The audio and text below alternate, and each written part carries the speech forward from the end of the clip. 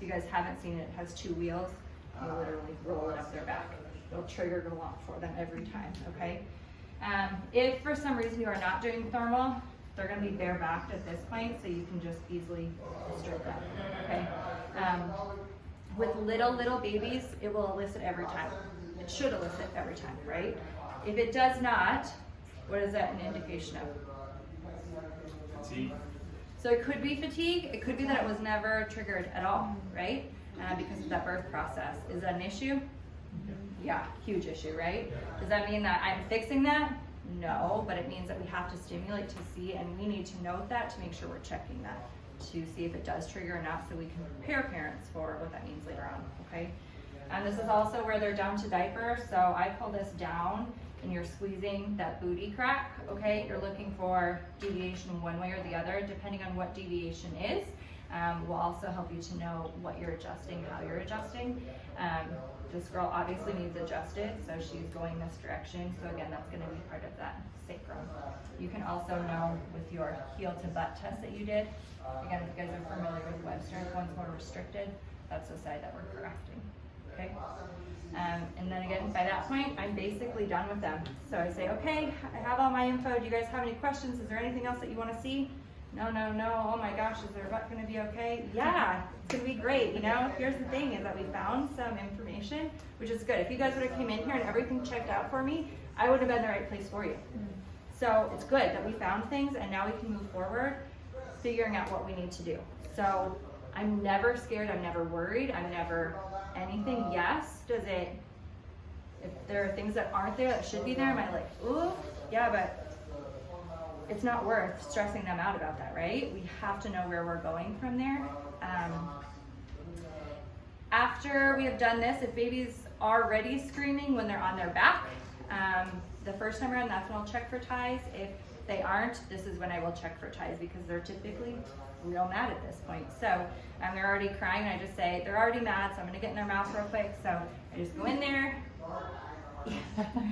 and I just pull up lips, see where mobility is, see a tie. Again, if they're kind of 4 weeks and younger, it's hard to see buccal ties, but a lot of times you're gonna know from where they are cranially what you've seen here. But you can look in there, and then I'll get under tongue. Again, if they're crying, you can easily get under tongue and pull it up and see, and then just address that with them. If you see a lip, you're gonna know that there's a tongue in there. So, and then we just cross that bridge. So, a lot of times I'm like, okay, mom, here you go, hand them right back, because I can hold baby, but just because I can calm baby down is not calming mom down, okay? Like, baby is crying, they want baby immediately, so just know, as soon as baby is crying, mom is stressed out and done, okay? So you literally have less than 5 minutes because mom is not happy that you have made her baby upset. She's not mad at you. She knows that you need to be here, but they don't want that, okay? So, any questions? So they don't have a reflex. You adjust down care plan 3 months or whatever when you reassess. They still don't have it, and I'm sure. So it's rare that it doesn't show up. Depending on what it is how we address things. So the other thing I didn't show was the pull to sit. So when I'm getting ready to move or roll them over, I'll also do pull to sit maneuver. Oh, geez. So if they do that, if they keep their head back like that, do you guys know what that's indicative of after 2-3 months? Boredom. Yes, yes. At this stage of the game, yes. But no, it's a huge indicator for autism later on. Okay, so again, you're not telling mom, you're not like, hey, this is what's going on, but you need to know that so that way you can make sure you're following up properly and care planning wise. You still may have your care plan already laid out, but knowing that like that's still there is something to be aware of, so that way you can also be prepared, like I'm probably going to be seeing this kid more frequently for longer because I want to make sure I'm stimulating and getting that proprioception in there. Again, Gallant doesn't show up right away. You're going to know in your head, like, okay, where are we at with this? What is going on? We need to make sure that baby isn't in a lot of positions that, again, they shouldn't be. You already know that, you're already saying that to mom, but you need to reiterate that over and over and over again because that's going to continue to stimulate something that's not there, so it's going to cause too much stress on the system, right? it's again kind of those little things of knowing what that physiology is directed towards and then supporting it. Again, that's going to be a bunch of lower body things if blunt is not triggered. So I need to make sure that I'm getting that pelvis to move. I'm making sure that this is kind of my core area that I'm addressing every time. And really working with mom, like, hey mom, are you doing any carriers? Do you realize that tummy time is actually while you're carrying them as well, because you're supporting those hips, but getting motion and proprioception in there. Making sure that when it's time for baby to roll, they're actually rolling both ways, things like that. If not, then we need to stimulate that a little bit more, right? Like talk about games that mom can play with baby. Little things like that to, again, make sure that neurology is firing the way it should, the best we can to compensate. Does that kind of answer it? Yeah. Any other questions? Have you seen any correlations with, I was reading maybe like last week, the baby carriers where they're like kind of sitting like this and the strap is going this way, like kind of give me an idea of just like what that looks like. So I got that out of what I read. again, I am pretty upfront with my moms from the beginning, and I know that's because I see a lot of ties. Okay, I do ask moms a lot about tummy time in general because I want them to answer that exact question for me. A lot of moms or parents don't realize that being in a carrier counts as tummy time, and if you have a very type A mom, like she's counting to the minute how many minutes tummy time baby's doing. So you do that, and it's just going to help baby immensely. I will never, ever recommend or truthfully like condone someone doing forward facing with any baby in any carrier. I don't care what it is. I don't care if they say it's ergonomic. You cannot turn sensory information off to that baby. Baby is going to fall asleep because they are sensory overloaded. Their body is tapped out. You cannot do it. If you want baby to face out, they can go on your back. They still have that stimulation of mom or caregiver on them and that protection. So you are not stimulating sympathetic nervous system. You're still more parasympathetic at that point. I'm picky with baby carriers too. There's a lot of junk ones out there, but there's a lot of really great ones. So I just kind of give them some options. I have a couple in my office that I use, and I just talk about why I like them. I mean, I do have the benefit of Brian and I being very different sizes. So that's kind of nice for me to be like, you know, this worked for both of us. It was an easy one. It was cheap. I can fold it up, put it in my bag, blah, blah, blah. So kind of giving them those benefits. And something that's going to be like less for mom to worry about is great. So. Can you show us like what a hold or like an adjustment looks like in each section of the spine, and then like also describe how much pressure you're using? Yeah, so I'm basically just indenting tissue. That's really all the pressure that you need for the adjustment.